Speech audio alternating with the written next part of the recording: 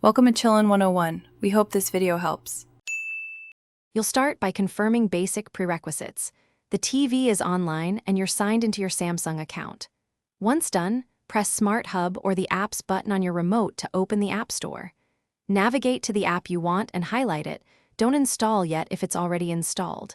Make sure you see the app tile and the options menu. This step preps the app so you can pin it quickly to the home screen. Now you'll install or update the app if needed. Press Install and wait for completion. Once the app is installed, go back to the app tile and open its options.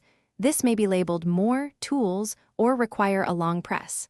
Then choose Add to Home or use the Move/Drag feature to position the tile. Make sure to place it where you want quick access.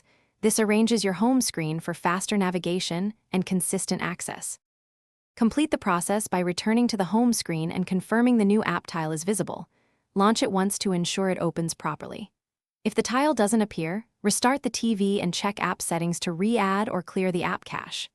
Make sure your firmware is up to date. Updates often fix home layout bugs. If problems persist, back up settings and consider a factory reset as a last resort. This resolves. Thanks for watching. Consider subscribing if we helped you.